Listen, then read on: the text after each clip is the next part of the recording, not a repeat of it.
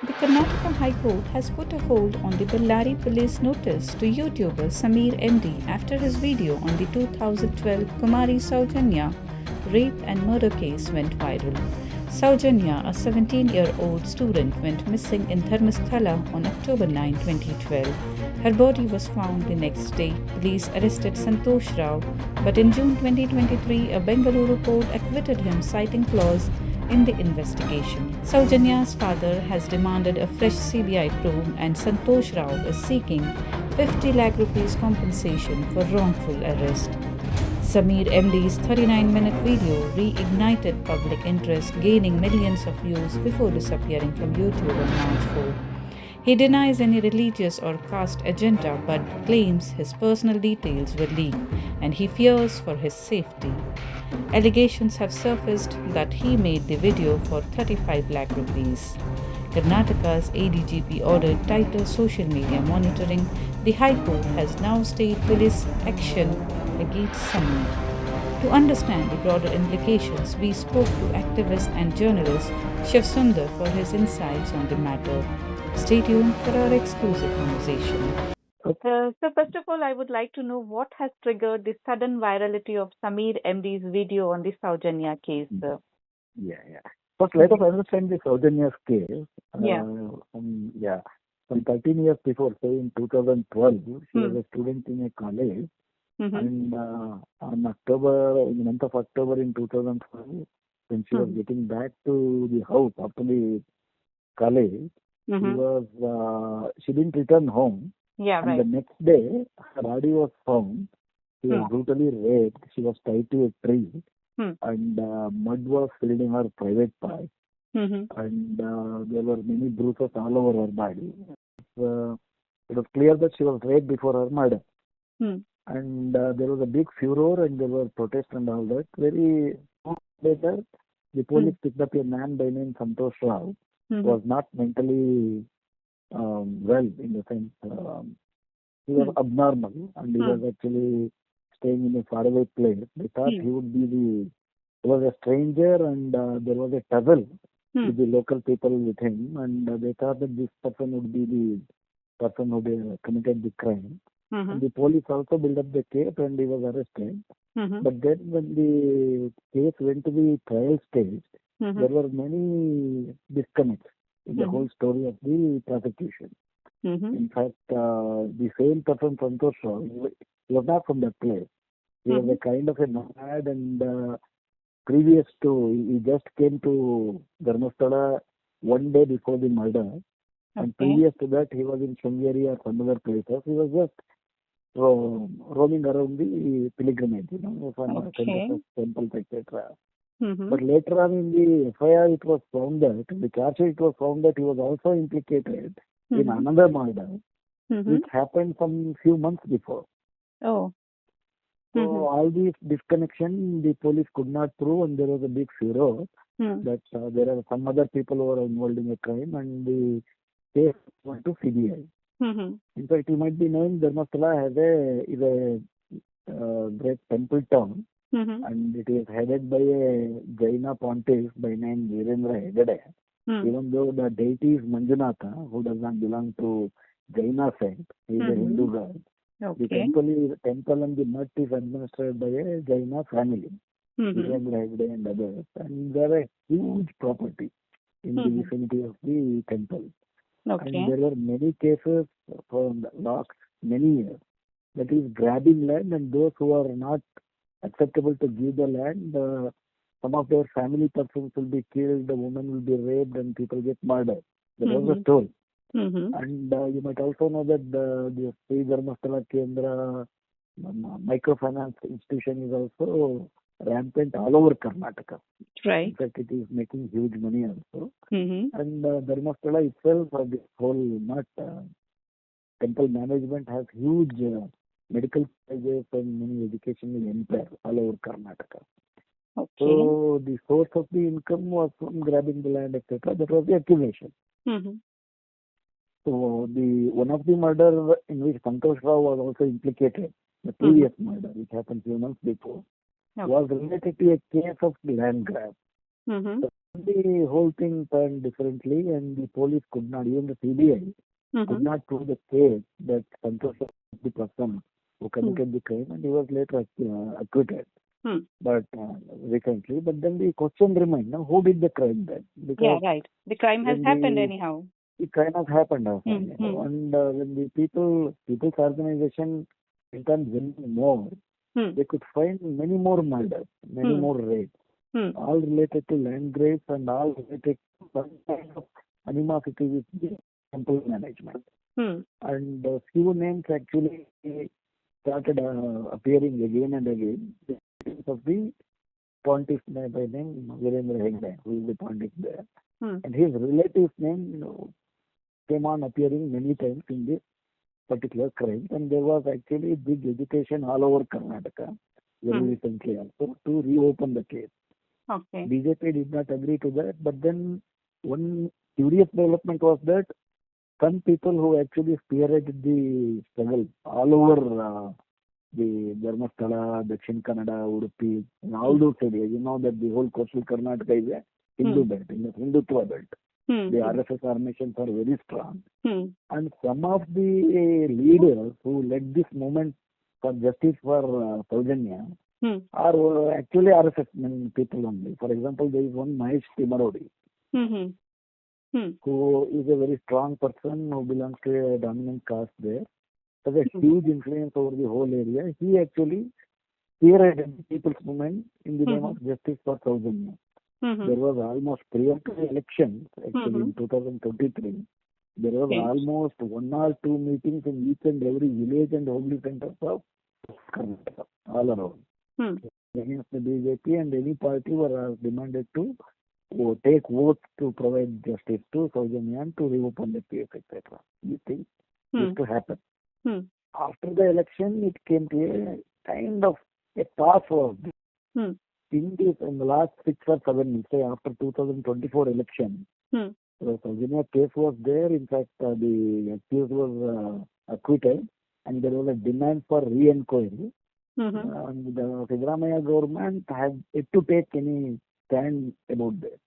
There was a pass for the last 6-7 months. And now in the last 6 days, Samir, who is a YouTuber, who belongs to who actually run a YouTube by name Duta. Duta in Kannada means message. Messenger. Duta. Messenger.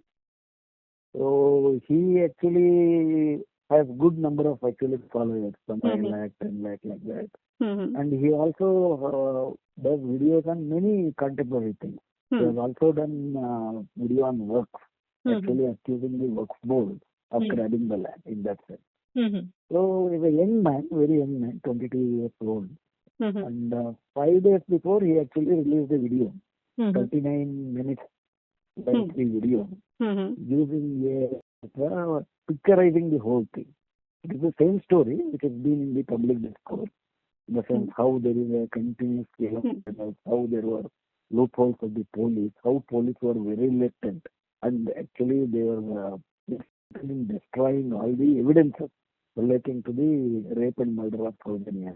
In fact, even if the DNAs were not sent to the forensic properly, and there was no match of Santosh of DNA with her. Actually, there was no deposit. Because they're all in the video. He narrated those things. And he but also the video seems to abruptly removed from YouTube on March 4th. Not yet removed. It is already viewed by more than 1.5 crore people in Karnataka. And I think, as far as I know, this is the highest number of non-fiction videos seen by Kannadigas in recent hour. I think that is the only non-fiction crime story which is seen by the people. 1.5 crore. I think it's still going on actually. Samir has also he has alleged that his personal details were leaked and he is facing threats. How is this that's happening. The last 2 days that is happening. In fact, some people, he is actually running that video. This is not the only video. I think in the last 1 or 1.5 years, he has come out with more than 20 videos. And he was slowly becoming popular. Earlier, he was not into this kind of serious issue. Whichever was actually contemporary or interesting stories, he used to do only that. So he was known to the people, and there were both kind of people, because he was a Muslim by birth and also was getting popularity. That was an eyesore. People had a eye over him, and to know his phone number and address was not a big thing. Okay. But Sir, then, is there any evidence to support the claim that some people accuse Sameer MD of making the video for rupees 35 lakhs? that is an accusation. People can. I only wonder why they make it only 35. They could even say 3 crores. No, that is only accusation, because these people are very deeply entrenched in the power, and you must be knowing when 2013 election happened and Congress came to power, UT Khadar, the speaker, happens to be from Mangalore. And he held a 3-day training for the newly elected legislators, for whom the Ashirvachana, the blessing speech was given by Virendra Hegde.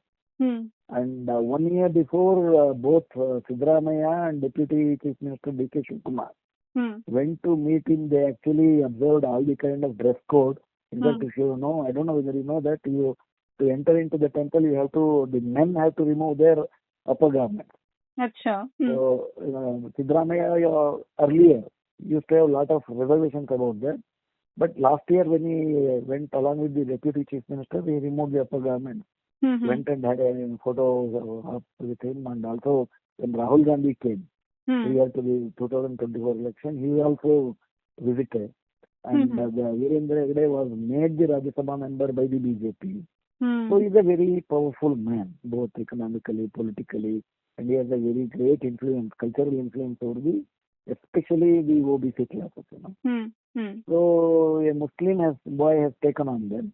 Of course, he has the support of the people who have been spearheading the movement for the justice for Sowjanya. But then he ventured to do this video. So he is getting the kind of repercussions we expected, I think. Yeah. So why an has FIR this already case... registered. Yeah. Sir, I would like to ask you that why has this case suddenly taken a communal turn after Sameer MD's video, sir? There is no big secret in that now. He happens to be a Muslim. So in Dharmasthala, Virendra Hegde, even though he is a Jain, he is a big promoter of Vishwa Hindu Parishad and an active supporter of the Sangha Parivar cause. Now he has attacked the Sangha Parivar mascot. And he happens to be a Muslim. That is enough for the communally minded people, so that they can malign the whole thing. So there are many facts in the story. There is a truth in the story. When you cannot confront that with alternate or facts or with some evidences, you go to there, you malign them. So actually you are maligning the person with a bad interest and saying that to actually malign the Hindu God and the Hindu. This is a larger conspiracy of the Muslims. So not only that he has taken fund, what is his job to do with the gods and the deities and the other religions? So they want to give it communal color so that the question raised in the video will not be addressed. That is what they have been doing. No? Perfect. In fact, Sir, the my counter question will be this. The same question was not asked to Mahesh Timrodi. Mahesh Timrodi is a man from RSS. He is a Pakka RSS man, he is a Pakka Hindu. Sowjanya's mother has been in the leadership of the movement. They are also raising the very same question. So when that is not actually questioned, the only difference is that he is not a Hindu.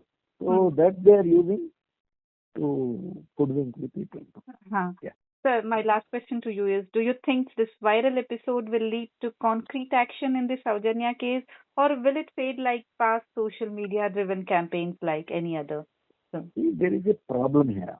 In the sense, there are accusations, you can accuse people, but the law needs solid evidence, especially in the case of rape. Circumstantial evidences are not enough. The rape, the proper act of rape, they should have a DNA, they should have sperm, they should be proved, etc. Now the whole evidences are lost. There is not a bit of evidence. Hardly you can find some circumstantial evidence But even that evidences are actually afraid of taking on these people. So it is very, very difficult to prove in the post-mortem that especially the relatives of this Virendra Hegde are the real culprits. That is difficult to prove. But in the sense, the whole uproar may work as a social control over their extra. There will be a control on them so that they will not commit the same thing in the future. Apart from that, it is very difficult to prove this Sowjanya case. Yeah, as far as the evidence of Allah. Thank you very much for talking with Salar Digital, sir.